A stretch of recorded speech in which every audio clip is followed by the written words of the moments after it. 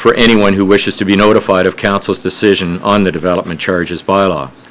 If you are speaking on behalf of a special interest group, please identify the group prior to speaking.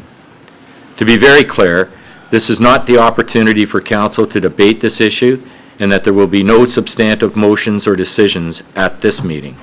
This is a public meeting to provide and obtain information, not for the discussion or debate or decision of Council. I call on the regional clerk to advise of the method by which notice of the meeting was given and confirm the dates that the notices were given. Notice of the public meeting was given in accordance with the Development Charges Act 1997 by publication in the following news media having general circulation in the region of Peel. Mississauga News, May 7 and May 14, 2015. Brampton Guardian, May 7th and May 14, 2015. Caledon Enterprise, May 7 and May 14, 2015. Caledon Citizen, May 7 and May 14, 2015. Mississauga This Week, May 7 and May 14, 2015. In addition, the notice of public meeting was posted on the region's website as of May 8, 2015. Any person who would like further notice of the future passage of a bylaw regarding development charges should give their full name, address, postal code, and telephone number in writing at the clerk's reception counter prior to leaving this meeting. At this time, I would like to emphasize that the proposed bylaw and background study are subject to change before being finalized by Council. I now call on Dave Bigham and Gary Scanlon to provide an overview of the bylaw adoption process and timing involved. Welcome, gentlemen. Thank you, Mr. Chair.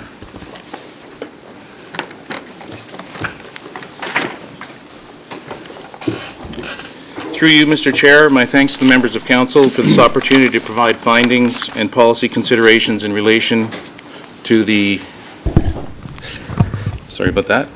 in relation to the 2015 Development Charges Background Study and Bylaw Update. The Growth Management Committee was established in the fall of 2013, and since then has had a series of workshops and meetings based on the province's Places to Grow Amendment 2 for the 2031B and 2041 population and employment forecasts. Gary Scanlon from Watson & Associates was engaged at that time to provide information to the Growth Management Committee on alternative financing options for that work out to 2041. And it was following presentations from the region's CFO on our current DC revenue collections that a resolution from Council to immediately commence an update to the Development Charges Bylaw was supported. This is in keeping with the region's long-term financial planning strategy to ensure that growth pays for growth to the fullest extent possible under the DC legislation. In addition to that analysis of financial options for the Growth Management Committee work with the 2041 provincial forecasts, Watson has also been our consultant on modeling for this DC update in 2015.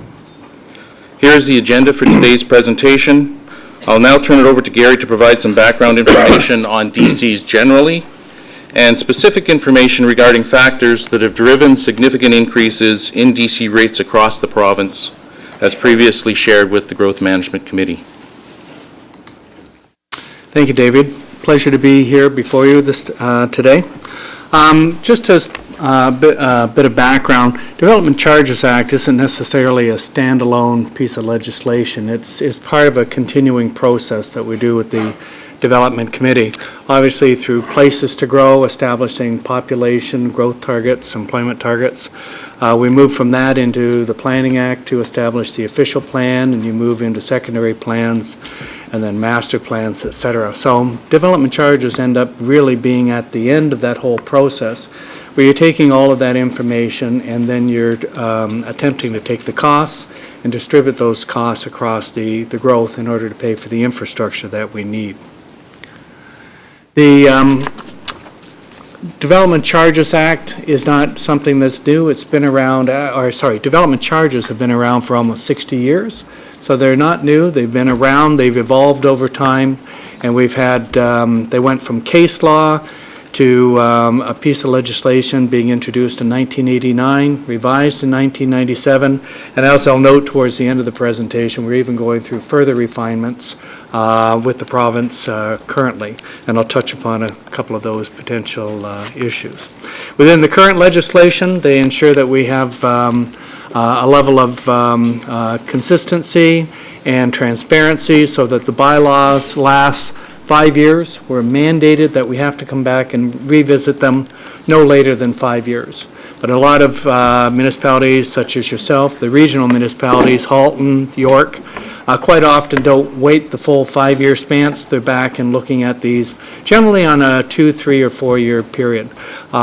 In recent times, with especially with water and wastewater, the changing legislation, the costs of servicing, et cetera, has been escalating, and we've been finding that revisiting the bylaws earlier has been prudent from a financial perspective.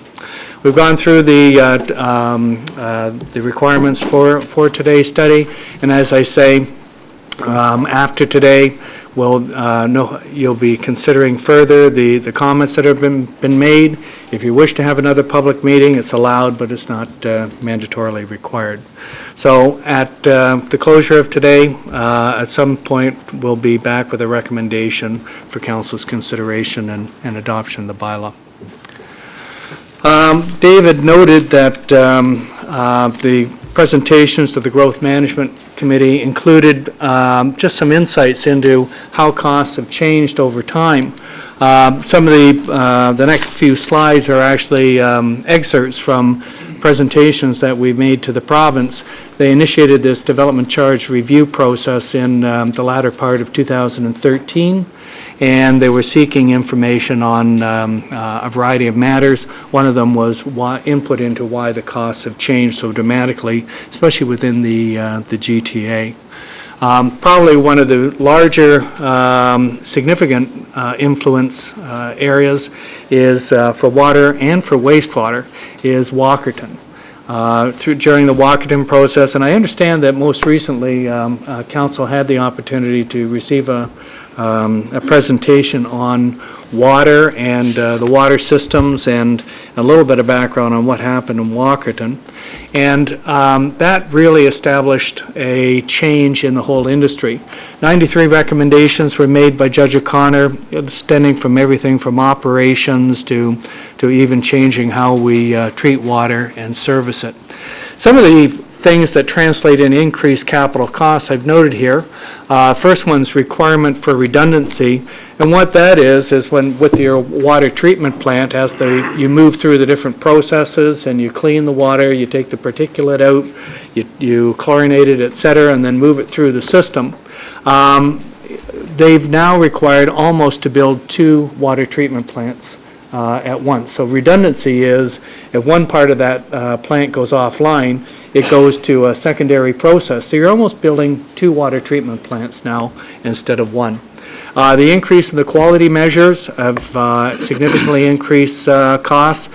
You now, when the water comes through, you have to inject the chlorine, and it has to sit there for 15 minutes. So you have to build these huge holding tanks, let it sit for 15 minutes before you let it into the system. Historically, we used to inject it, and it used to basically mix up as it went through. And then as it goes through the system, you have to boost the plant, especially when your plants are in the south and you have to take it to the north. You have to boost the level of chlorine because it tends to dissipate as it moves through. And a number of different other things within like ultraviolet treatment. Operational reporting requires SCADA and other types of controls because the reporting and the review through the ministry on your every aspect of the treatment process is monitored now. Different types of compliance timings have required faster and more updated system requirements, and as we go from year to year to year, there's always different technologies that are being introduced. And as part of the going through the master plan process, we're seeing the changes in the type of technology that you're using. Obviously, the latest and greatest technology always seems to be the most expensive. That's on the water side, and what we see on the wastewater side is considerable changes too. You've probably been aware that phosphorus is a huge issue. It basically, the phosphorus discharges into Lake Erie. We're almost killing that lake, and they've changed significantly the discharge requirements for phosphorus. Ammonia was the one the last couple of years where they've made changes. And just on the horizon, there's more changes. There was an accord signed by the ministers of all the provinces, the ministers of environment, along with the federal minister, and there's further changes. They're looking to standardize across Ontario, across Canada, the levels of treatment. So there's more coming over time. When we look at, especially within the GTA, locational factors are huge. Many years ago, 20, 30 years ago, most of the growth was along the lake, so that you build the plant and you only had to extend pipes X number of kilometers, and it was easy to service. Now, when we take a look at where the growth is, York Region is miles or a number of kilometers north away from the water, where Seton and where Milton and where Georgetown, all of the growth areas, Caledon, Brampton, we're now miles and miles and miles or kilometers and kilometers away from the water source. So we're having to build these big pipe systems. And prior to 1997, those big pipe systems were all built by the province. Okay, the servicing London. Your original system was part of a provincial initiative. So all of these systems were built historically by the province. Since 1997, they don't build them anymore. You have to build them directly. So the costs now go into development charges. Continuing to expand, you have to do looping, you have to do, as I say, the chlorination bump, booster stations, etc. So the costs now are to transmit the water and the sewage over longer and longer and longer distances. The last one, and this was one that when they did the legislative change in 1997, we had presented the province as well as the development community. They introduced this uncommitted excess capacity, this concept of it, where you can't charge for uncommitted excess capacity. In very easy terms, what the Act says is if there's extra capacity in a pipe, there's still a little bit of extra capacity, you can force some extra water flow through. If you can shove an extra 100 cars per hour through a road, that's excess capacity. And it says that the development community inherit that excess capacity. Unless under certain conditions, like you haven't paid all of the debt off, then they inherit that as part of, basically for free, or maybe it's been paid for in the past, but it's not something that we can include in the development charge. Why it's important is, especially in your particular case, is that when you built the original treatment facilities, the original big pipe, when they introduced the Act, you had lots of excess capacity in your system. And what's happened over time, and I've used an example here, I've tried to make it simple. In year zero, maybe you've got, when you're projecting forward 20 and 30 years, and you're looking at how much capacity you need to build, you may be saying, well, I've got half the capacity is already in the plants, so I don't have to build any more for the first half of my growth. The other half, I'll now have to build a new treatment facility to accommodate them. And if the cost per capita, like the capital cost of building treatment, was $100, then the first example says, well, I got 50% of that is already in the ground. It's free. And then I only have to provide for, 50% or $50 in order to accommodate the rest. So you work through the calculation, and the development charge would have been only $50. We move forward 5 years, you've used up some of that capacity. Now, we only have capacity to service 25% of the growth, and now I have to put in the cost for 75%. So the cost ends up, just because of math, it ends up increasing to $75, and then ultimately, when you've used up all the capacity, you move to $100. So without adding inflation, without it changing any of the requirements for treatment, anything, just the basic, that uncommitted excess capacity has doubled the charge. And as I say, if you go back to when the original Development Charges Act was released, you had tons of capacity in the big pipe and tons of capacity in your treatment facilities. You're through that now. Now, 100% of the costs have to be included into the development charge, and we haven't got that benefit anymore. So the region's long-term financial planning strategy focused on reinforcing a disciplined and integrated financial planning approach that identifies and manages risks to the region of the long-term financial sustainability and the region's credit rating. As mentioned previously, while this 2015 bylaw review is based on the 2031A provincial growth forecast and was commenced by Council to boost cash flow and reduce the need to borrow to pay for expenditures, its origins were in the reports to the Growth Management Committee work that have been focused on the 2031B and 2041 provincial forecasts. The Growth Management Committee is working to develop a robust regional official plan that is integrated with master plans for regional services and a sustainable finance plan. That work continues in parallel with this update to the bylaw. In April, the CFO presented findings from the Canadian Centre for Economic Analysis on the costs and benefits of growth to 2041, looking at the expenditures required and the subsequent benefits of the investments across all levels of government. As noted, Watson made presentations on the financing options, and work continues on how those can be applied in a financial plan to updated master plans for regional services like water, wastewater, and roads that support the 2031B and 2041 population and employment forecasts. The Regional Official Plan Amendment, or ROPA, will include both forecasts and policies that support that financial sustainable business plan and outline the amount of growth the region can afford for implementation in response to the provincial amendment. Lastly, the 2017 DC bylaw update will be based on the ROPA, master servicing plans, and the financial plans that support those 2031 and 2041 forecasts. As noted on the previous slide, Growth Management Committee heard last month from the CFO in regards to the costs and benefits of growth. The CFO noted that the 2031B and 2041 provincial population growth forecasts under Places to Grow are largely validated by modeling from a consultant, the Canadian Centre for Economic Analysis, in their Prosperity at Risk agent-based modeling.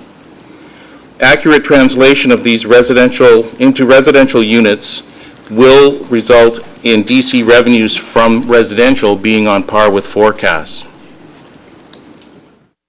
They found, however, that the same is not the case for employment. The province's Places to Grow forecasts assume that for every 2 residents, 1 additional job is created within the region, and the Prosperity at Risk agent-based modeling has not been able to validate those forecasts, with the Peel jobs trailing below the province's Places to Grow forecast. These implications will be explored by the Growth Management Committee as it re-engages on the 2041 growth management planning following this DC update. And as I mentioned, the CFO highlighted to Growth Management Committee the underperformance in terms of both the number of units and the amount of DC revenue collected for both residential and non-residential sources. Gary has spoken to you about some of the drivers that have caused the region's DC rates to increase. And in addition to those rates increases being large, they've not been gradual. After foregoing a DC rate increase in 2008 to support the development industry during the recession, the new DC bylaw in 2012 at the end of the 5-year term resulted in a 100% increase to the region's DC rates. To minimize such large increases in the future, Council at that time adopted a 20% threshold to trigger a new DC bylaw.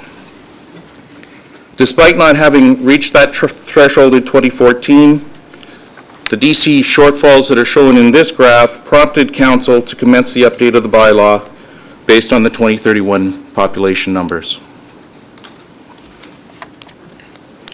The 2013 staff assessment on the 2014 capital plan did show a shortfall of about 15.5%. And as I mentioned, while Council thought it prudent to start a new background study last June, when we reapplied the adequacy test on the 2015 capital plan, we were slightly over the 20% increase to keep the DC program sustainable. The development community was notified of Council's June 14th resolution to commence a bylaw update, and July 9th was chosen as the date for the adoption of the new bylaw to honor council's commitment at that time to give the development industry a 1 year's notice of the new bylaw in lieu of a transition period.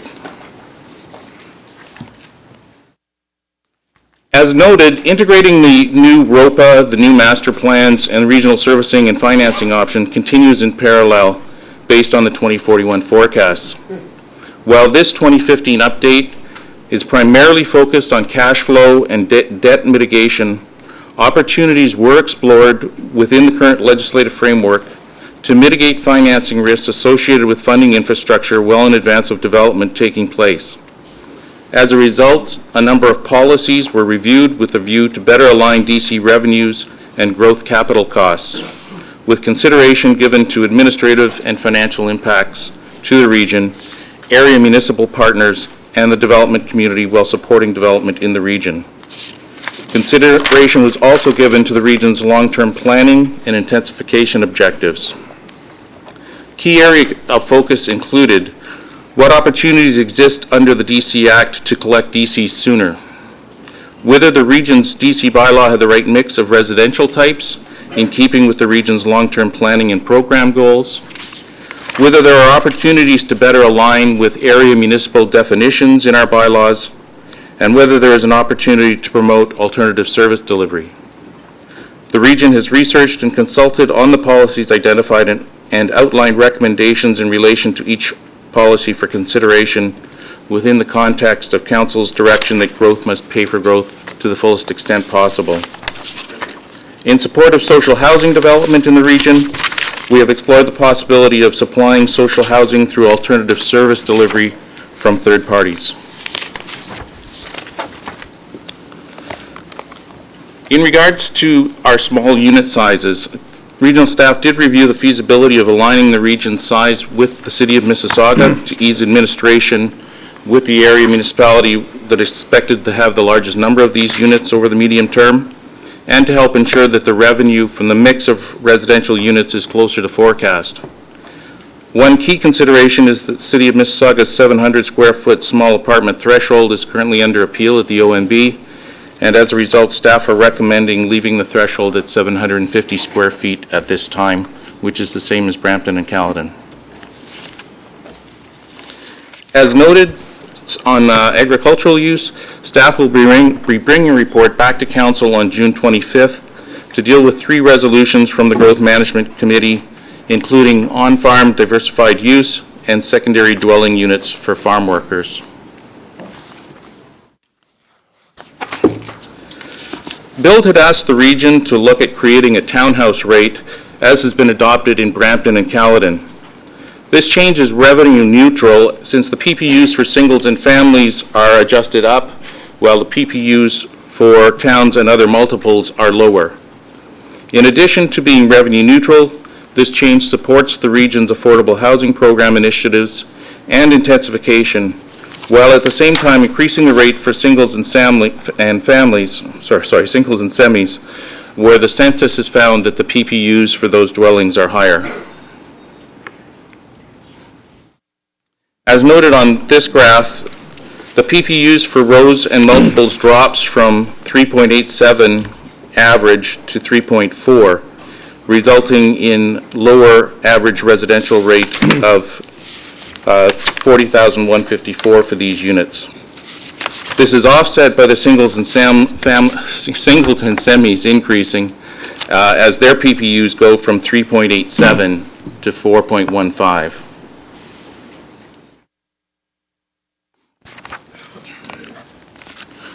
In regards to the timing of the collection of DCs, the region has historically collected at building permit through the area municipalities.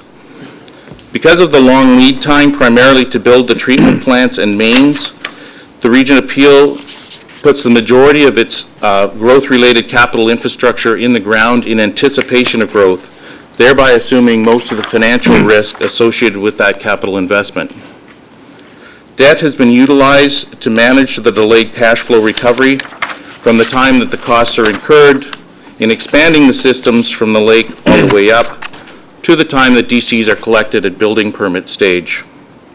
For this 2015 bylaw update, we have concentrated on the impact of earlier DC collection for water, wastewater, and roads as allowed under the DC Act for development under subdivision agreements and looking to collect the DCs for those at the plan of subdivision. That would be for greenfield, single, semi, and townhouse residential development. Based on regional staff analysis, collection of these hard service DCs from developers at subdivision provides an opportunity for approximately $100 million in growth infrastructure financing risk to be shifted to the development community. This would, however, increase administrative costs for the region. Preliminary analysis and discussion with area municipalities and other municipalities who do collection this way suggests that at least 2.5 staff at an estimated cost of $300,000 annually would be required to maintain records and reconcile with the area municipalities. This increased administration would require time to coordinate with the area municipalities who would continue to collect DCs from builders for regional soft services, from greenfield development, and all other regional DCs, for example, the industrial and commercial DCs at building permit stage. Regional staff recommend collection of hard service DCs at the region at the time of subdivision agreement, and that this provision come into effect on December 1st to allow the region to coordinate the new collection processes with impacted groups such as area municipalities and the development community.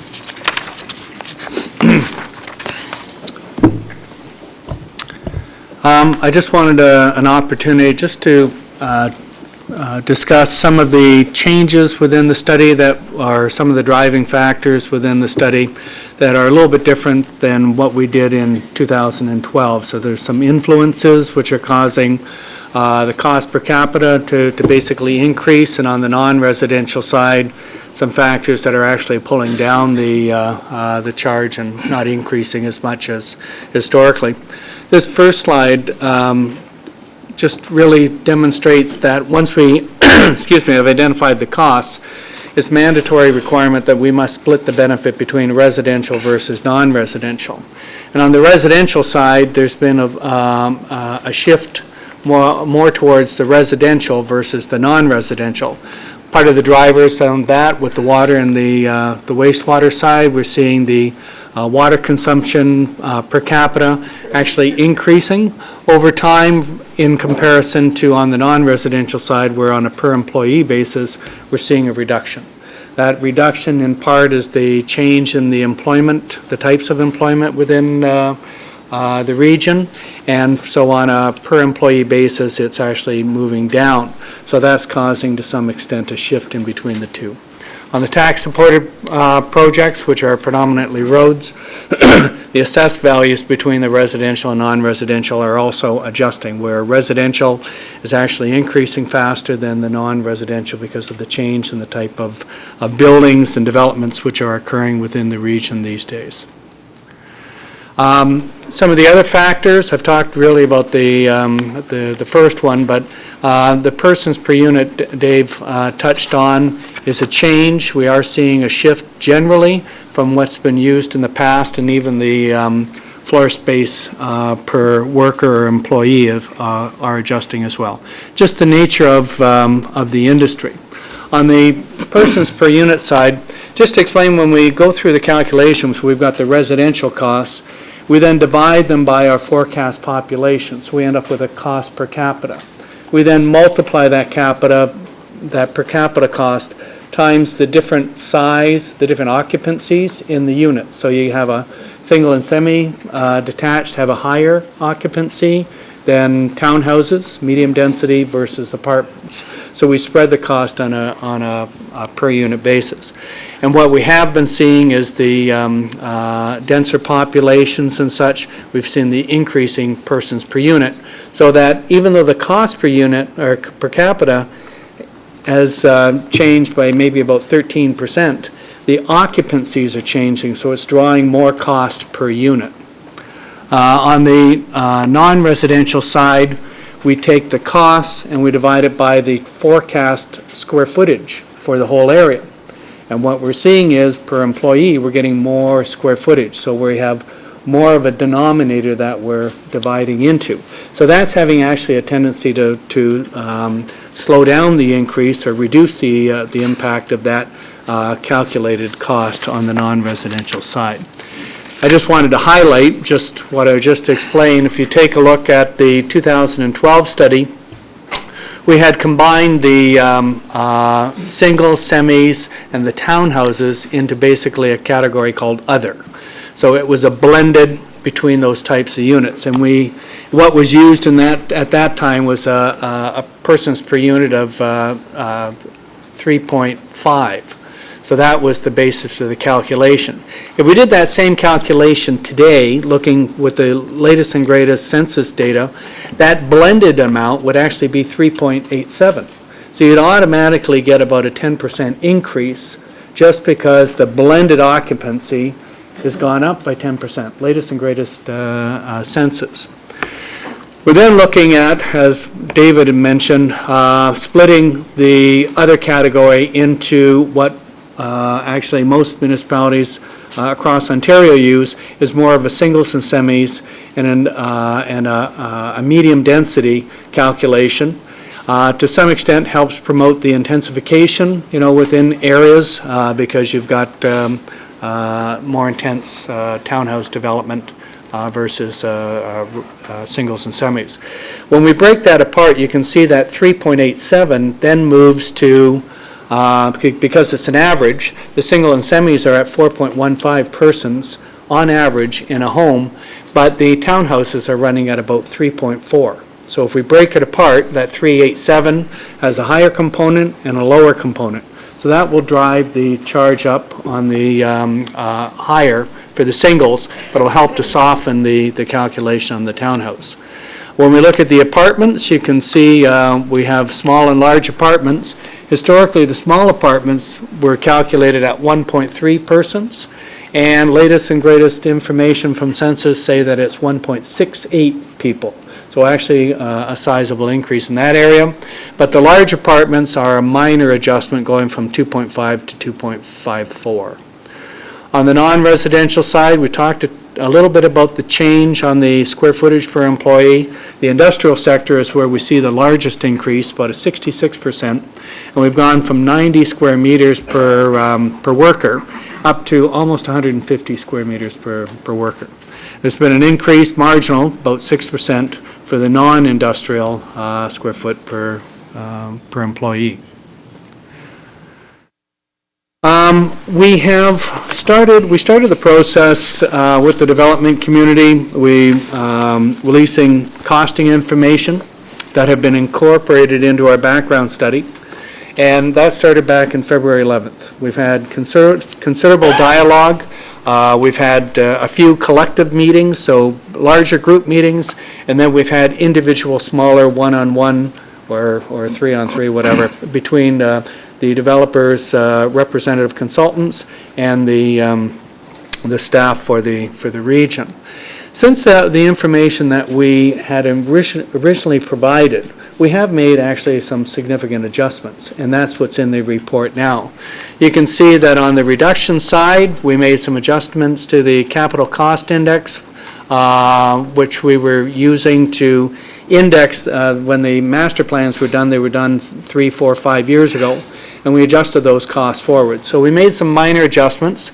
That translated into a $72 million reduction in the cost of the projects. We made some other adjustments, about $120 million.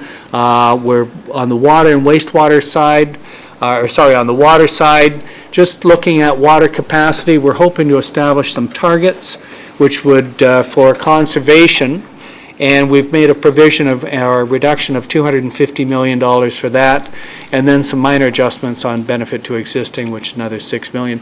So if we go through the adjustments, we've actually reduced $440 million in the calculations through the dialogue that we've had with it. So it's been a good opportunity to talk and take a look at all those works and poke and prod and make some refinements.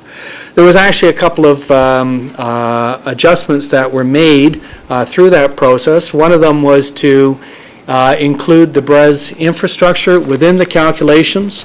It is something that has been embraced as part of the Caledon's planning approvals and such, or in principle, that are being incorporated into the broader official plan updates.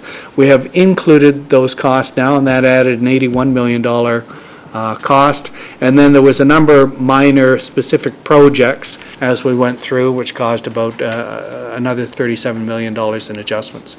At the end of the day, from the start of the process to where we're at, about $330 million actually in reduced costs that were included within the report. This slide, I just wanted to point out, I mentioned earlier there was about a 13% increase when we do that cost per capita on the residential side, which is really telling us the true net cost that we're trying to allocate to each new individual on the residential side. You can see that the cost per capita moved from about $10,400 in the 2012 study to $11,008 for this study, which is about a 13.5% increase. So just the costing information, if we can try and highlight how the costing information, the amount of projects in there have influenced the change in the DC, it's about 13.5%. You can see as we move through where they perhaps a larger increase has occurred is because of the change in the persons per unit. We've gone, as I explained earlier, we had 3.5 for singles. We're now using 4.15, sizable increase, in addition to that 13%. On the other residential, it's gone down a titch from 3.5 to 3.4, and then the increase in the small and large apartments. So that's causing an increase depending on the type of unit. It's influenced just by the demographics. This provides the overall recommended charges for the single and semi-detached. They're at $49,000, the recommended calculations. From the current rates, with that blended rate, which are 36, it's about a 35% increase. On the medium density, you can see it's moving from about 36,000 to 40,000. Small units from 13.5 to just under 20, and the large units from 26,000 to just under 30,000.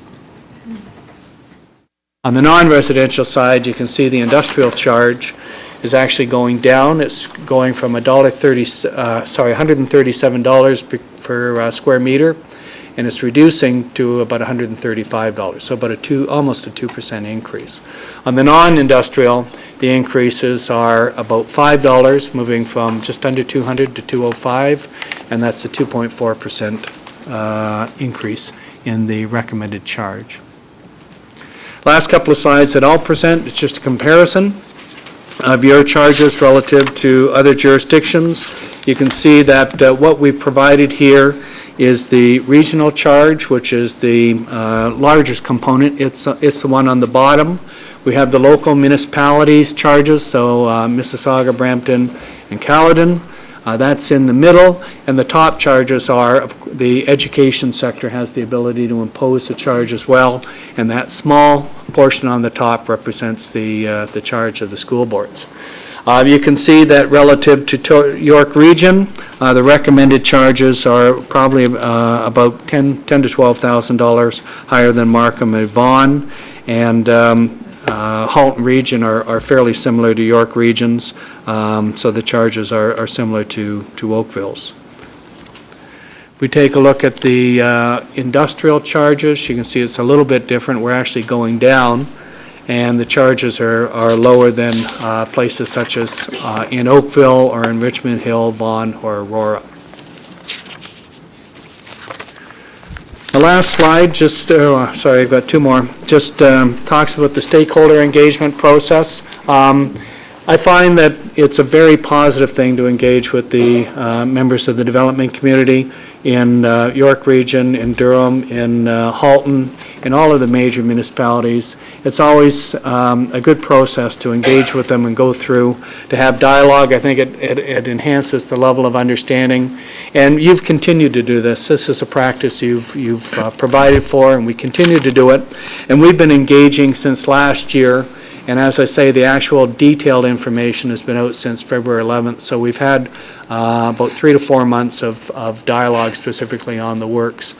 Our last meeting was April 30th. They provided delegation and information. We had the public meeting tonight, and as I say, by July 9th is the targeted date for bylaw consideration, so we'll hear their information today and potentially further comments. My last one is just on the timeline. Since the last study in 2012, we've done a number of different things. We've gone through updates on the capital plan. We've started developing the background forecasts and the associated infrastructure, and we've moved through to the point where today we're at the public meeting, and the last step in this long process is for council to consider a bylaw. So, Next two are yours, too. are they mine too? Oh, you're right. I apologize for that. Well, the last two are just to just give you a very quick overview on the changes that are out there for discussion for Bill 73. May 5th, the Minister of Municipal Affairs and Housing made an announcement that they were going to make proposed changes. They gave first reading of Bill 73 at that point, and that extends on a process that started in October of 2013. At that particular point, you made submissions on, they actually sent out 19 questions. They had a number of working sessions, both with the development community and independently with the municipal community, received feedback, etc. And now they've taken all that information and they've provided the Bill 73. There's two things that are going to happen in that process. One is that there are changes to the legislation that they're going to make, and then there's going to be changes to the regulations. So there's the act is being changed as well as the proposed regulations. For the regulations, they've set up a working committee. Actually, they've set up one which is a steering committee. It's made up of representative groups from municipalities and the development community, so AMO's represented, the municipal finance officers, you have select large municipalities. On the development side, you have build, you have the home builders, and select representatives. So that the overall steering committee will be taking the recommendations from the subcommittee group. So they have subcommittee that will be working through what the regulatory changes will be. I'm on that group along with representative municipalities, and on the development side they have their consultants and they have other representatives. We're working through the minutia, all the gory details of the calculations to hopefully arrive at the end of that. We anticipate that it'll be into the fall when the regulations our process is probably finished, and we'd probably see the regulations shortly thereafter. So I would not anticipate significant changes being put into place until at least the very end of the year or early in the next year. Areas where we're going to see change is transit. Transit right now are one of those services where there's a mandatory 10% deduction. That is looking to be waived. So like transportation is 100% municipal service, it will receive the same status as transportation. What we're working through right now is how do we look at, how do we define service standards? So they're actually looking at forward-looking service standards, and that's the first initiative that we're looking at, is how do we define that. Waste diversion, they're not looking to allow for landfill or energy from waste, but any of the other alternative methods of waste diversion. They're looking, so recycle, reuse, they'll be looking to introduce that into the charge. Service standard calculations will be there for waste diversion, transit, and perhaps some other services. Voluntary payments was something where some municipalities, such as Milton, going from 32,000 people and targeted to go to 180,000 people, they were starting and looking at about $4 billion of infrastructure.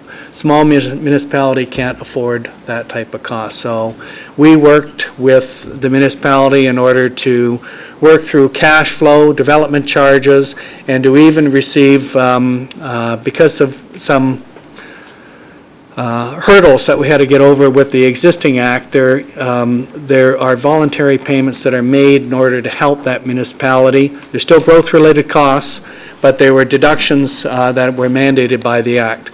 What the proposal is now is that the ability to have those voluntary payments will be removed. So it's something that is up for discussion, and there will be presentations made by the municipal sector, I'm sure, to ask the province not to move in that direction.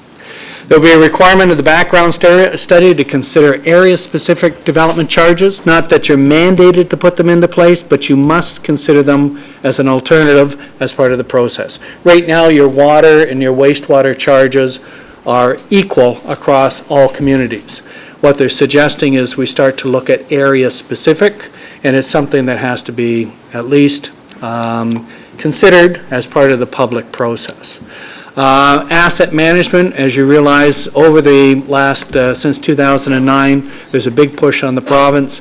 Even a lot of your new grants are tied to you having asset management plans, at least for water, wastewater, roads. There'll be a continued requirement for the development charge to be identified. How does it fit into your master plan requirements? And then minor changes for annual reporting by the treasurer. So I think that has completed my presentation. Thank you. Once we have the bylaw updated for 2015, the Growth Management Program will continue with the Growth Management Committee as they look at a new ROPA based on the province's Places to Grow Amendment 2 for the 2031B and 2041 population forecasts, population employment forecasts, master planning for regional services for that population, new financial plan and an allocation method for new secondary plans after consultation with the development industry are reviewed, and then lastly, a new DC bylaw reflecting those changes in light of the Bill 73 changes to the Act and the regs. There has been some suggestion that we look at delaying the update to this bylaw. As noted, Council specifically directed this DC bylaw update even before the 20% threshold had been passed to ensure that your principle of growth paying for growth to the fullest extent possible was maintained, that cash flows were maximized, and the issuance of debt was minimized. A delay to 2017 would result in a loss of almost $100 million in revenues, which together with the delay in moving to collection at subdivision would result in the need for the region to borrow approximately $200 million more. Even a delay from July to October of this year would likely result in lost revenues of over $20 million. More importantly, this 2015 DC bylaw update is based on the 2031 provincial population and employment forecast.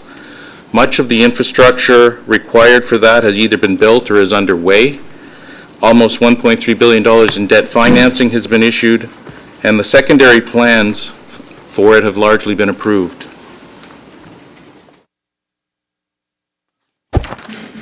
Both S&P and Moody's complimented Council on the adoption of the long-term financial planning strategy.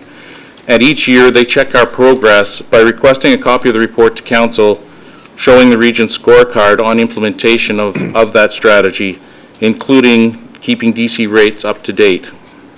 As Council is aware, Peel also borrows not only for itself, but also on behalf of our 3 area municipalities, and we continue to be one of the few municipalities with 2 AAA credit ratings.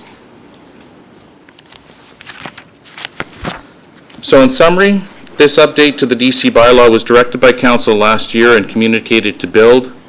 It will keep DC rates up to date and not only bring in more revenue, but also avoid the large increases in rates experienced in the past as we played catch-up, prevent up to $200 million more in extra debt issuance, and with the new PPUs from the latest census data, will more fairly distribute the changes in residential categories. It will also allow the Growth Management Committee to refocus on the 2031B and 2041 population and employment forecasts, updates to the region's master servicing plan for those, and provide a broader review of financing options for that infrastructure tied to new subdivision and secondary plans. And that concludes my presentation. Thank you very much, Dave and Gary, for your presentation. And I would just ask at this time that I request that all persons wishing to address the proposal or ask questions make representations through the chair. And I do have a list if you gentlemen would stay in place. Councillor Sprovieri. Yeah, thank you, Mr. Chairman, and thank you, David, for the presentation. Just a couple of questions I have in regard to the employment or the industrial DCs that are not coming to fruition as predicted. And you did say that this will be referred to the Growth Committee to look at in more detail. But the question is, what is the are there consequences of not meeting the target set by the province? In other words, is the province keeping an eye to make sure that we meet the targets set by them, and if we don't meet them, what are the consequences? I would have to defer to planning staff to tell me exactly what.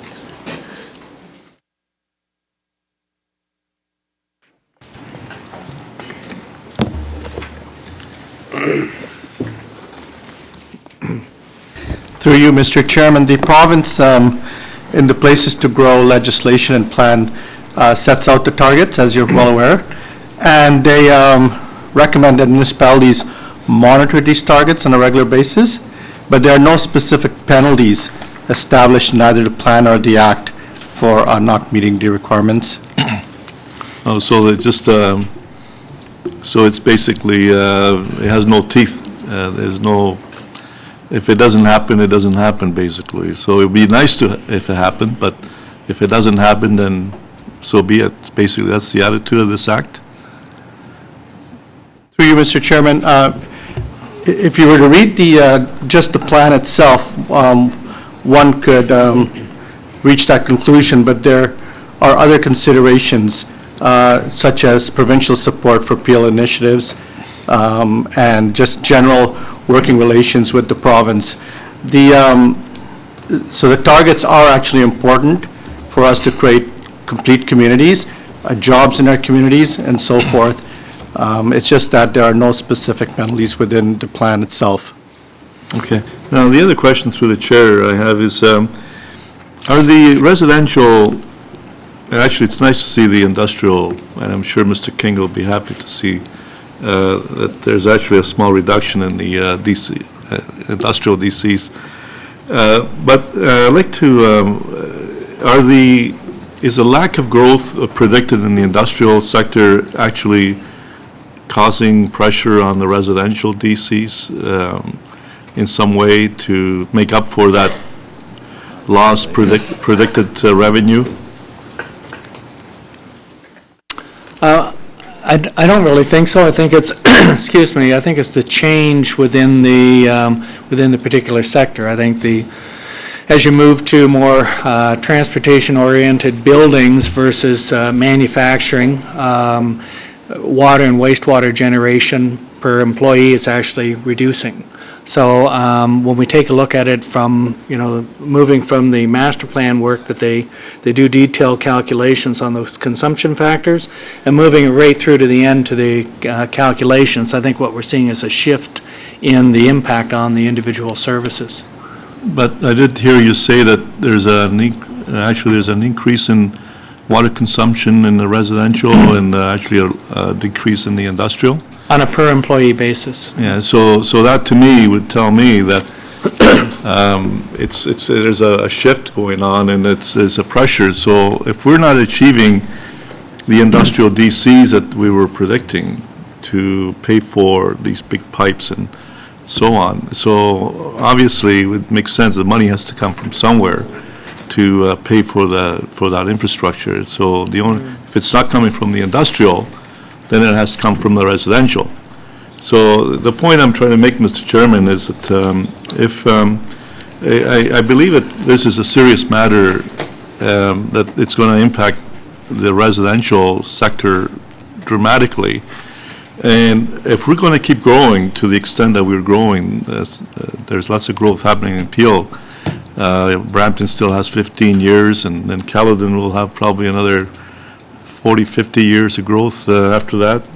And so if this is the trend, where we're getting all these new residents coming in, and it's impacting this balance. As you mentioned before, the province used to fund a lot of the infrastructure in the past. Perhaps we have to pressure them to do the same, unless, otherwise we'll say we can't accept all this residential growth because we're not getting the industrial growth that was predicted. Otherwise, we're going to, I think we're going to have a big problem here in the future. Through you, Mr. Chair, that was certainly, I referenced the reports to the Growth Management Committee on the costs and benefits of growth, and certainly what that study showed was that while the region bears much of the cost for the infrastructure, a lot of the benefit from our investment goes to senior levels of government, and that would be certainly something we would continue to advocate with senior levels of government to assist us with the infrastructure costs. Well, I think we have to pursue. Councillor, I think I'm going Mr. Chairman, to, I just want to remind you that this is really for questions. Yeah, and it is we a want question. We want to get to the public. Yeah, so the question is, basically, what's our strategy in order to, to put some control on what's happening? Well, it will be reported back on July 9th. Well, I hope so. It will. Thank you. Thank you. Councillor Raz. Thank you, Mr. Chair, and thank you for your presentation. When do we expect the passage of Bill 73 to happen? I know it's up to the legislature, but approximate time frame. The actual bill, separate from the regulations, it's been under debate, and it's actually been debated for about 6 weeks. I haven't checked today whether we actually got second reading. We're expecting it any time, and then they'll move from second reading to, and I'm not even clear which committee it's going to be referred to. And it's at that time that municipalities and the various groups can make submissions prior to moving to third reading. I would still say there's several months ahead of us before I'm assuming that the region will be making a submission at that point? I've been keeping all of our clients and friends abreast of everything that's happened, so we'll keep you in tune with that. Okay, I'm very encouraged about the area-specific DCs. I think it's a great way for the individual municipalities in the region to encourage intensification in the areas that we want to see it. It also kind of relates to the asset management plan and identifying what the true capital costs are of those reinvestments in areas that are already developed. And I think right now, because the development charges are the same across the region, they're not really indicative of what the true costs are of redevelopment in already developed areas. So I'll be happy to, I don't know if at some point there'll be different tiers of development charges depending on what those areas are, but to compare Caledon to, other areas of Mississauga with respect to those costs, it's a bit of a misnomer. And I will keep my comments very brief. Thank you. Thank you. Councillor Starr. Just a general overall question. DCs have been in, I guess, since about 1990 or say 20 odd years now here. The first Development Charges Act was 1989. That's Yeah. correct. Has the model really changed over all those years? I know there's tweaks and there's new needs and all the rest of it.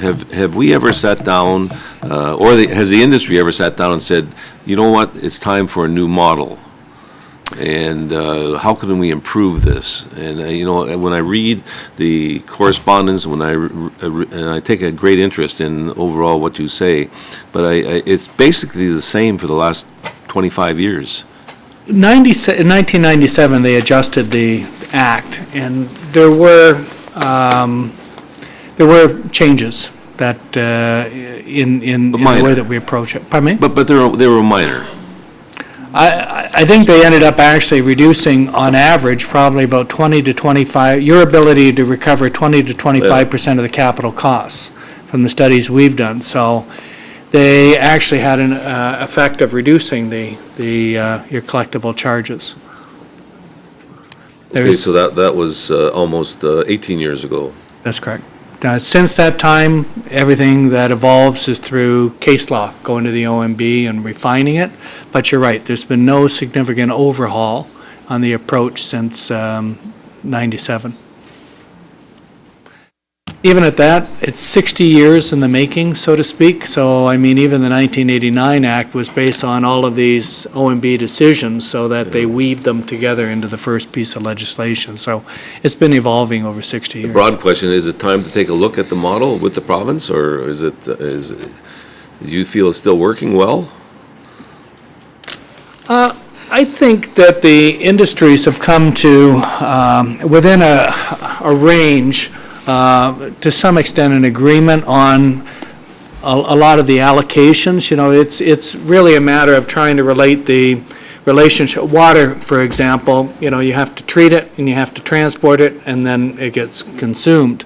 So I think the industry would like to see the connectivity between the actual cost and the what they pay. And I think over time we've evolved those discussions more and more and more closer, especially when you're doing water and wastewater master plans. It allows the foundation for those discussions. So I think we've moved, I don't think we'll ever reach, you know, a utopian calculation, but I think we've moved to within an area that both sides are generally in agreement, and then it becomes to some extent, a bit of a check and balance on making sure there's no errors or that the assumptions are reasonable and such. Good, thank you. Thank you. Councillor Parrish. Yeah, you're going to have to be patient with me. I'm a bit rusty on development charges, and I remember last time I was here, it was kind of complicated. On page 5828, you have the BREZ infrastructure addition of 81 million. What are other corrections underneath it? Sorry. You've got $81,812,082 going in for BREZ infrastructure. Then under it, you've got other corrections.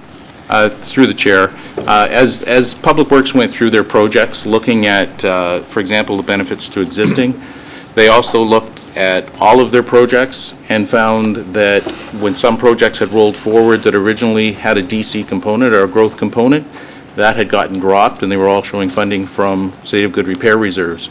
So we've actually added back in the growth component on those projects. So those are from all over? Yeah. Okay, my other question is, we had a delegation by a lawyer that was representing the BREZ people in April, asking for everybody to speed up the process, speed up the public meetings, and so forth.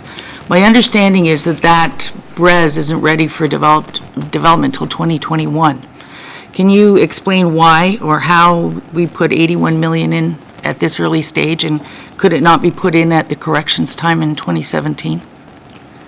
Through you, Mr. Chair, we did have a request from Build's consultants to include the BREZ costs, and we also, this 81 million is in year 11 as a marker. It represents the growth component for 2 grade separations, water, and an elevated tank. So none of that will click in until? It's 2026. It's in year 11 of the plan. Year 11. So redevelopment that's going on in city center in Mississauga won't be affected by this yet? Okay, thank you.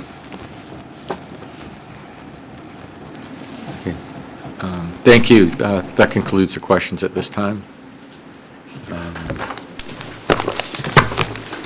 2 listed deputants who wish to present an oral submission are Darren Steedman and Phil King. So I'd ask that Darren Steedman, at this time, the Chair of Building, Industry and Land Development Association, known as BUILD, Peel Chapter, come forward. Thanks.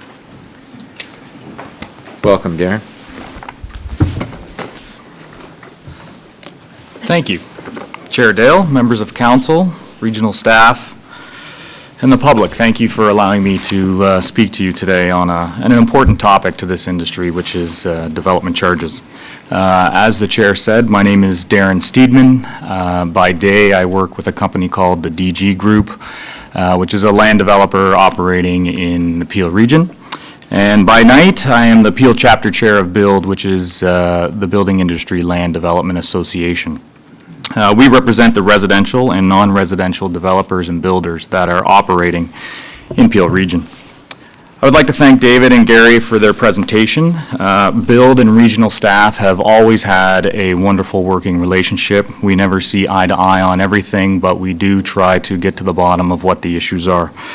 I want to thank them for the detailed presentation. My comments are not going to dig into the weeds like they did with their Development Charges 101, but it was very informative, and I thank them for that.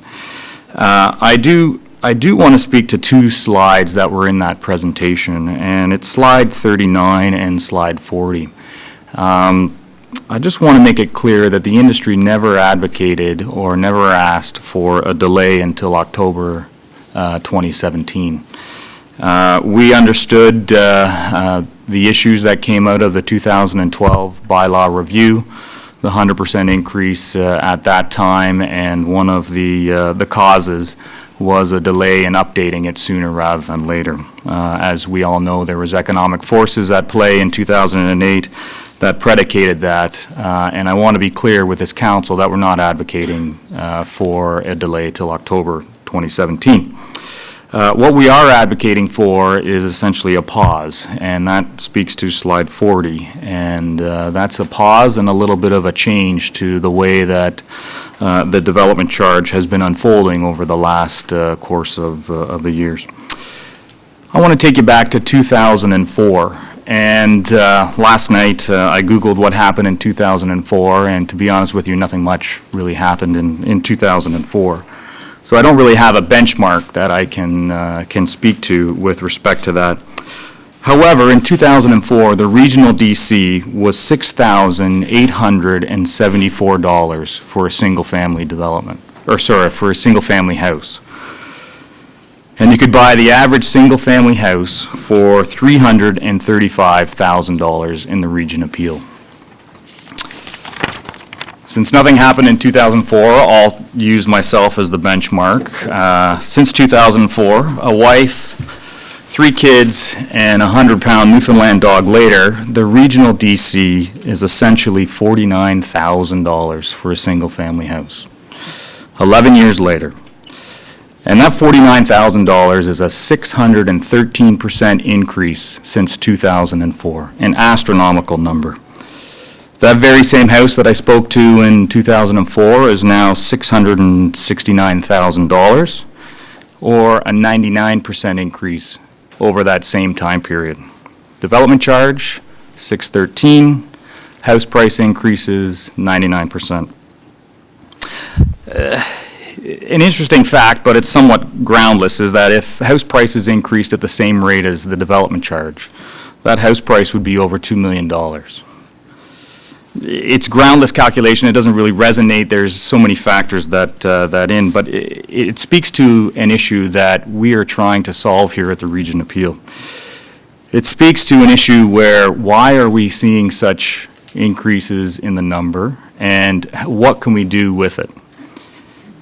And the DC background study that you've been presented here today continues on with the same old, same old. It's business as usual. There really hasn't been any change that we have done to try and deal with this. Do we know the real cause? Do we know the real reason behind the DC? No, we just seem to be continuing with the act the way it is. I sat on one of the panels at the workshop of the growth management workshop early, and the former Councillor Mullen asked me a question. And she said, when is the development industry going to come to the table with a solution? To this day, we're still trying to come to a solution. Do we have all the answers? No, we don't. But it's a two-party system. It's the region and the local municipalities and the development industry that are collectively building a great Region of Peel. Region of Peel is a growth area, which is a good thing to have. People want to come and live in this great community that you folks represent. And I'm optimistic that what I'm proposing today will allow us to try and deal with these fundamental issues that we are dealing with, the 613% essentially. And what that is, it's a pause and a change, a pause on the same old, and a change in how the region and the industry delivers growth infrastructure. We've been told through the growth management process that in the fall of this year, we're going to be looking at reviewing options for front-end financing. That front-end financing generally equates to the Halton model that we've talked about at great length in front of here, and I want to convey potentially a new way of looking at it. And that's with rolling up our sleeves and opening up the books and trying to deal with what is called an asset management plan. 2 municipalities have embarked with the industry on this, and those municipalities are the City of Barrie and the City of London. And I understand that Springwater Township, which is just on the outskirts of Barrie, is also looking at this scenario. We've planted a seed with regional staff that I would be here talking about this asset management plan and trying to open up the books to see how we can better deliver the infrastructure and try to mitigate some of these increases that we've been experiencing over the last 11 years. To that end, I understand that the region has reached out to some of these municipalities to garner some insight, and that is the beginning of, I think, what is a good process that we should embark immediately on over the next coming months. And what that is essentially to look at how the capital plan, the wastewater and the water, relates to the timing of our homes, the timing of when you folks get your revenue, and trying to, for lack of a better term, ensure a better linkage between the development charge and your financial plan. We've had some talk that, well, we've done these things in other municipalities and some here in the Region of Peel on a feasibility or a financing plan. And that's essentially what it is. We'll look at when infrastructure is planned to arrive, when it is actually needed, and when the revenue is going to be coming to replace the investment and give you your return on your investment of building a great Region of Peel. So my ask today is to take a pause on the DC, embark immediately upon an asset management and the front-end financing exercise, and work through the calendar year to try and weave these two entities together. If we do it in a stepping stone fashion, I'm worried that we're going to have to go back and change the DC that's in front of you right now.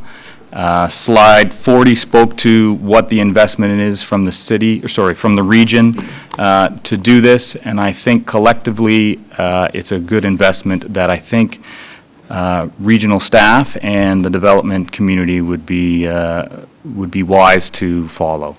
So that concludes my remarks. I thank you for giving me the time to speak today. I do want to mention that Phil King is the voice of the non-res industry in Peel, and I've kept my remarks more to the residential side, but Phil is more than adequate and way more eloquent than myself in order to convey those messages. So thank you for your time today. Thank you very much. Phil, would you like to come down now and make your submission? Oh, sorry, just before you do, you can stay. I just have two councillors have lit up the board here, Councillor Tovey and then Councillor Sato.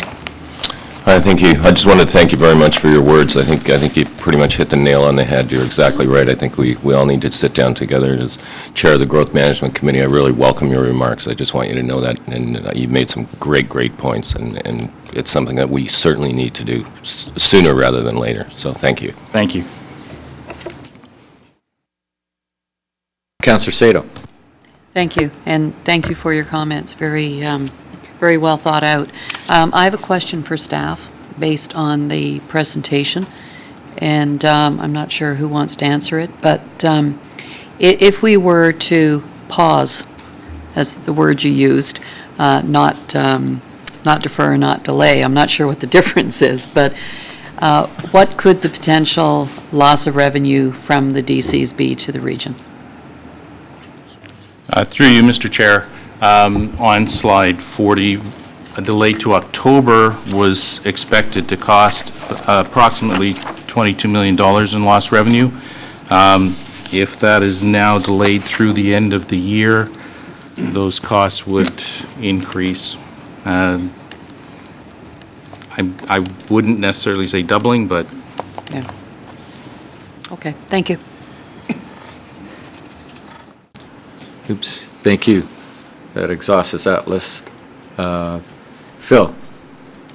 Welcome. Good morning, everyone. Well, thanks for the opportunity to speak again on this topic. We have submitted a letter outlining our detailed comments and concerns, and so they're on the record, and I'm not going to go into those in great detail. But I would like to highlight a couple of key points. Firstly, I want to thank David and his staff for the continued dialogue. As Darren has said, that we have a pretty good working relationship with the staff at the region. What I'm going to say today is not a criticism of what staff is doing. It's really they don't have any other tools at their disposal other than the DC bylaw. You've heard me say this many times over the last 10 years or so. The development charge model is not sustainable. It is more evident today than it has been at any other time. You as council are going to have to make some hard decisions and give direction to staff as to how to change the way that we fund infrastructure. If you don't, the shortfall in DC revenues will continue, especially on the non-res side, and debt and interest will continue to rise. Why am I saying this? Well, staff have been reporting to you for years that revenues are down from projections of both residential and non-res. Obviously, the non-res is more significant.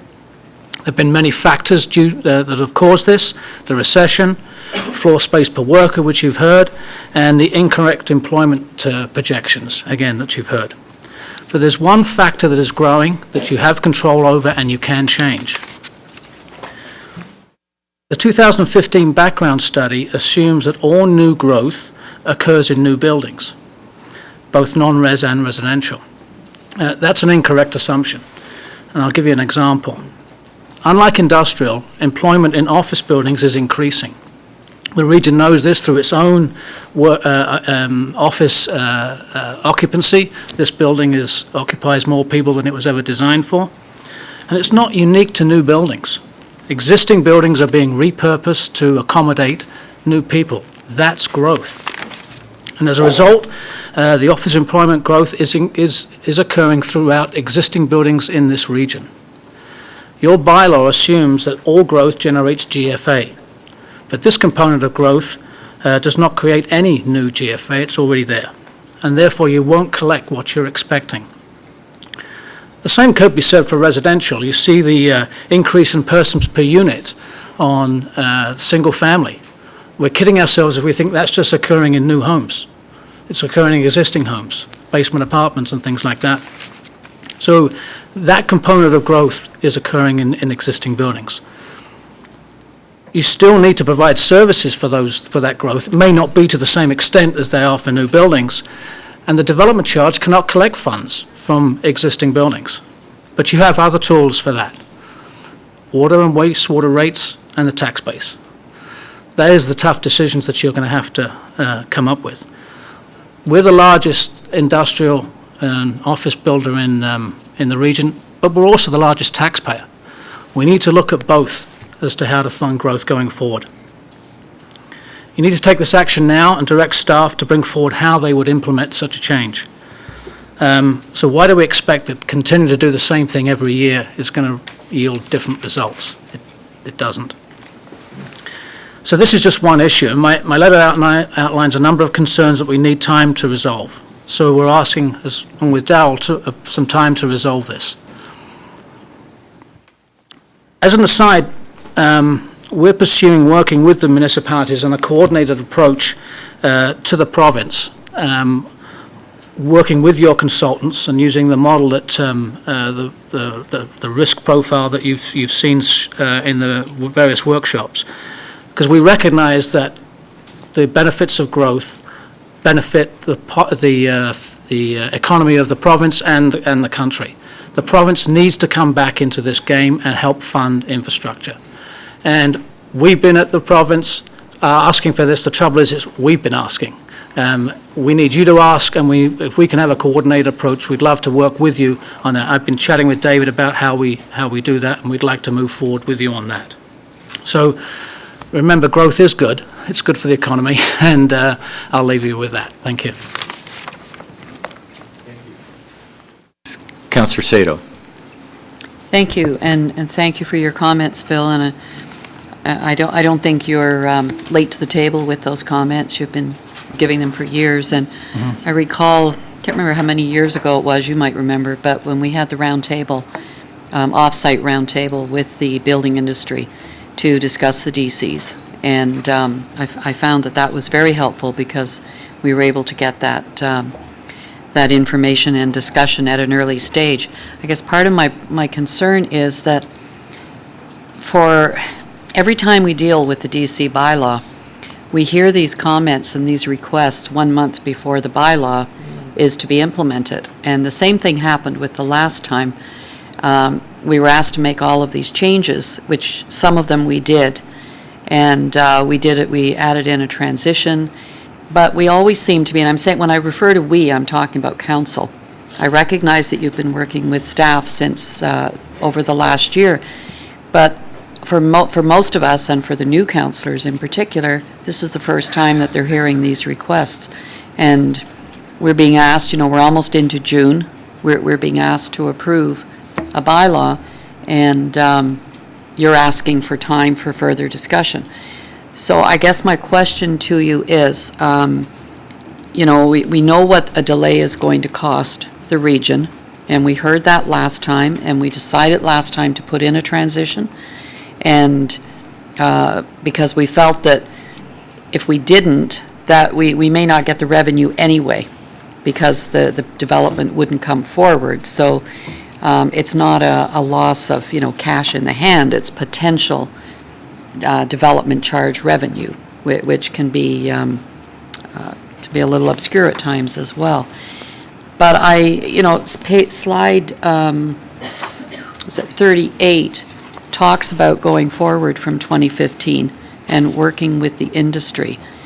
So I'm asking staff, is it your recommendation today that we move ahead with the bylaw and immediately start the discussion to find that better way, and whether Bill 73 is going to help us or not, we don't know, and get that work done as quickly as possible? And if in fact we are able to come to an agreement of a better way of funding, can we then go back prior to the next review date and make amendments to whatever we approve? Councillor Sato, I'm right going to now? ask that David answer. David, okay. Recognizing, Mr. Chairman, this is a public meeting, and its purpose is simply to gather information from the public and then take that information and report back to you. And without being premature in our comments, just point out that the DC 2015 DC bylaw is really a technical update to reduce the risk of having to take on more debt because we reached that 20% threshold, and that the 2017 bylaw update will be, and that's based on 2031A numbers, the current numbers. The next planned DC bylaw update is 2017, which will be based on the 2041 update. Okay. And we've had discussions with both the gentlemen in front of you, with the industry, on potential new ways of going about the work that we do to develop the bylaw for the 2017. They're asking today that we consider entering into that kind of process to do the update to the 2015. Right. As this is a public meeting, what I would suggest is we take these recommendations from the delegates and bring a response back to you in July with the report on the DC bylaw update. Okay, that's fine. Excuse me. Thank you.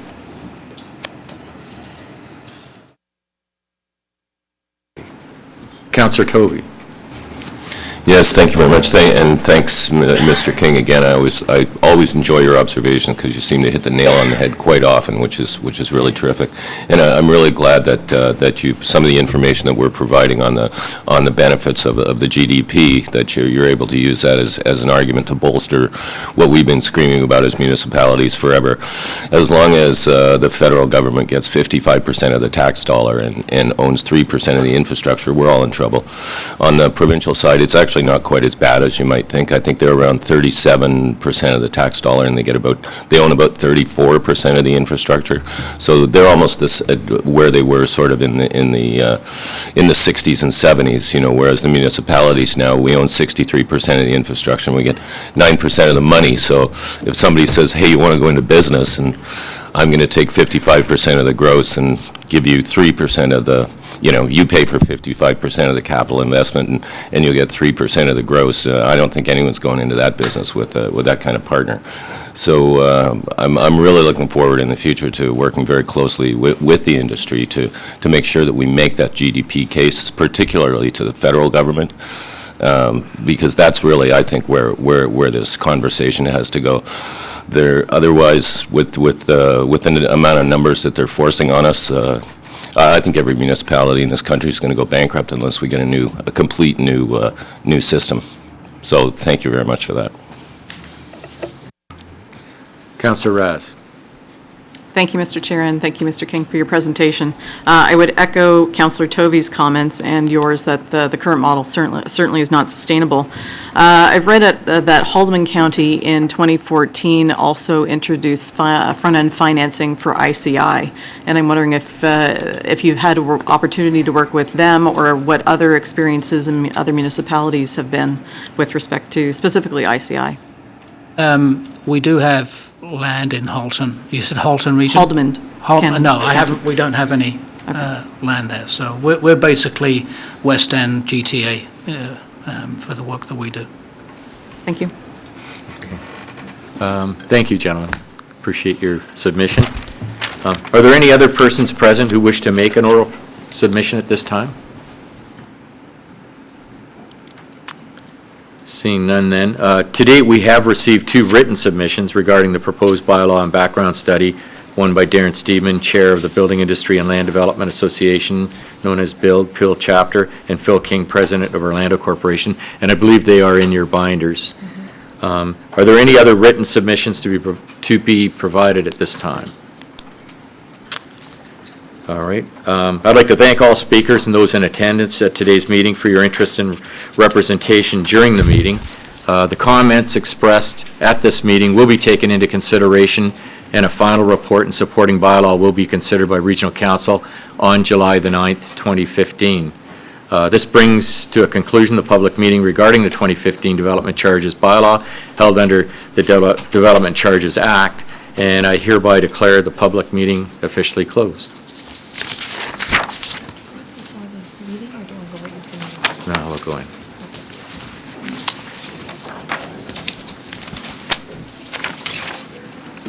I just gotta get my stuff in order. I got this all messed up. There it is. I'm missing a page. That's it.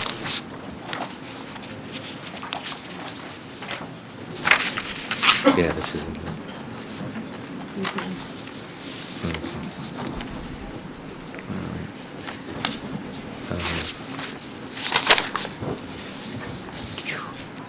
I'll call to order then the council meeting of the Regional Municipality Appeal for Thursday, May the 28th, 2015. Roll call.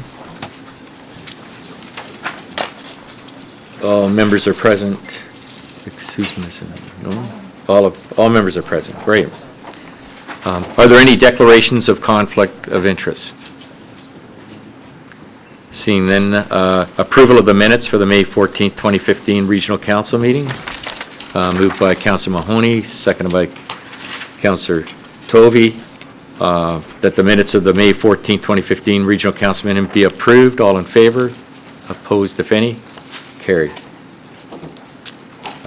Approval of the agenda then, moved by Councillor Mayor Crombie and Councillor Fonseca, that the agenda for the May 28th, 2015 Regional Council meeting be approved. All in favor? Opposed, if any? Carried. Delegations, none. That moves us into items related to enterprise programs and services. Councillor Fonseca, if you'd like to chair this portion, please. Thank you, Mr. Chair.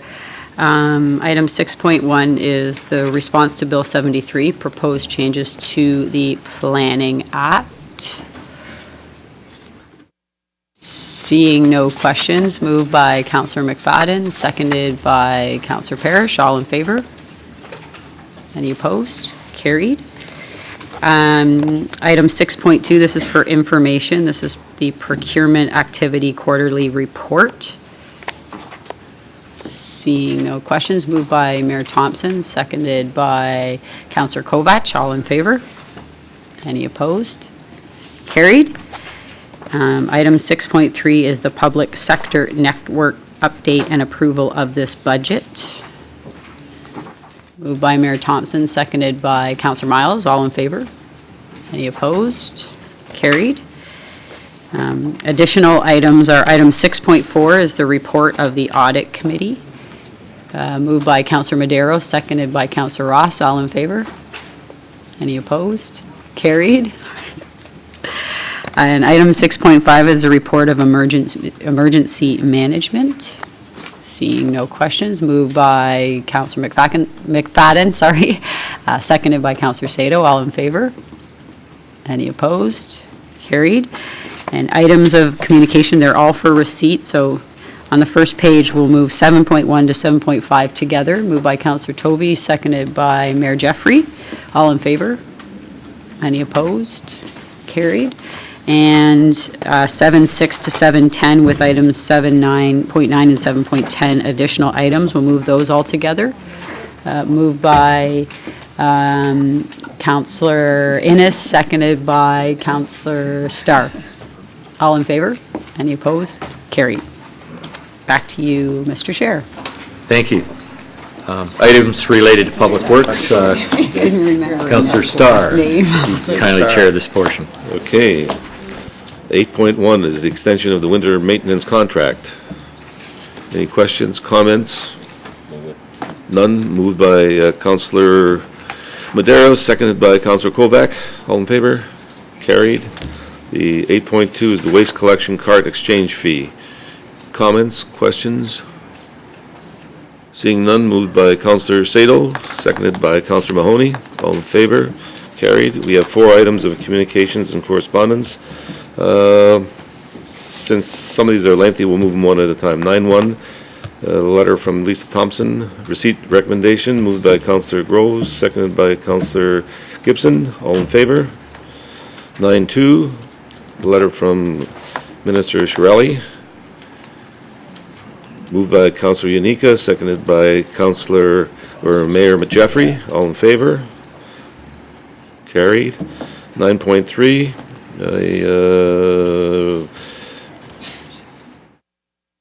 short report on, the only question I had on this, was there can I ask a question on this? Was there an amount, a tendered amount? I should have asked you this probably earlier today. Ballpark, what's the dollar amount? 31?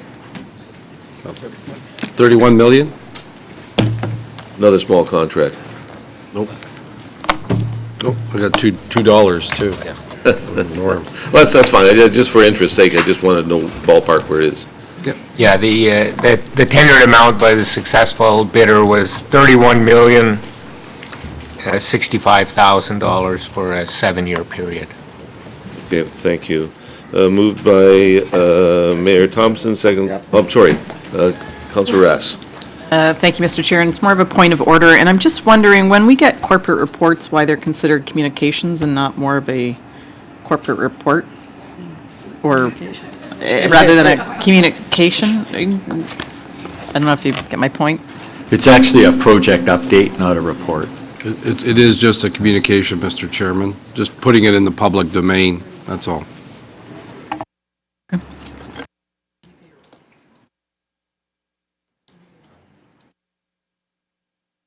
Maybe, I shouldn't say I didn't think of that, but maybe I can meet with staff and we can talk about that a little bit as chair. Okay, moved by Councillor Rass, seconded by Mayor Thompson. All in favor? Those opposed? Carried. Item 9.4. Be careful what you ask for. Okay. Moved by Councillor Miles, seconded by Councillor Paleski. All in favor? Those opposed? Carried. Back to you, Mr. Chair. Thank you. We're giving Councillor Moore a break today. Nothing on health. Items related to human services, Councillor Miles, if you'd be kind enough to chair that portion.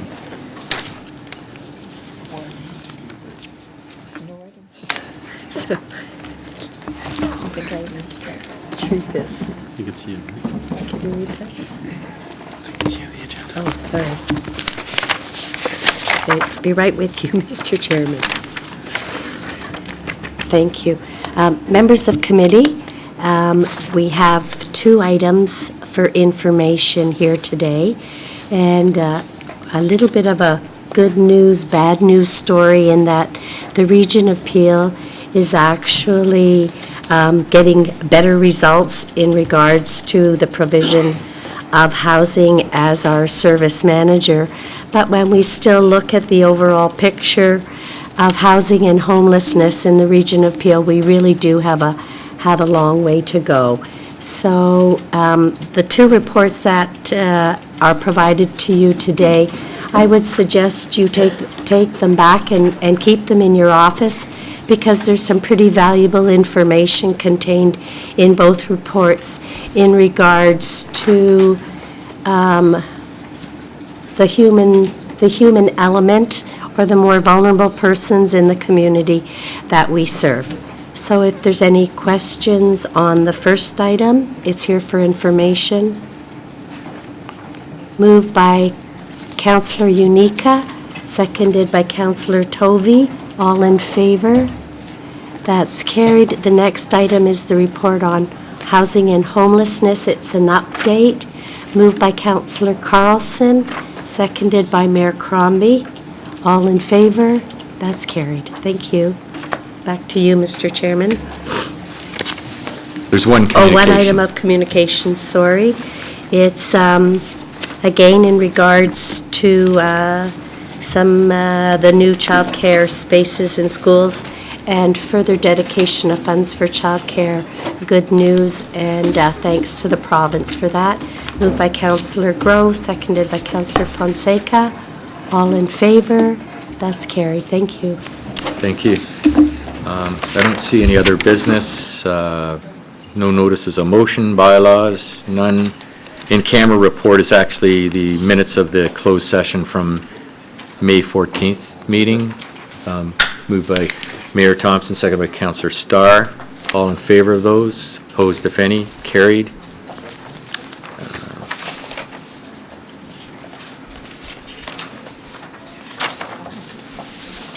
Have a motion moved by Councillor Kovac, seconded by Councillor Maderos, that the bylaw 32-2015 to confirm the proceedings of Regional Council at its meeting held on May 28, 2015, and to authorize the execution of documents in accordance with the Region of Peel bylaws relating thereto, be given the required number of readings, taken as read, signed by the Regional Chair and the Regional Clerk, and the corporate seal be affixed thereto. All in favor? Opposed, if any? Carried. Moved by Councillor Groves, seconded by Councillor Shaughnessy, that the May 28, 2015 Regional Council meeting be adjourned. All in favor? Opposed, if any? I guess we have to have more public meetings before council meeting. That's it. All right, that's it. Okay.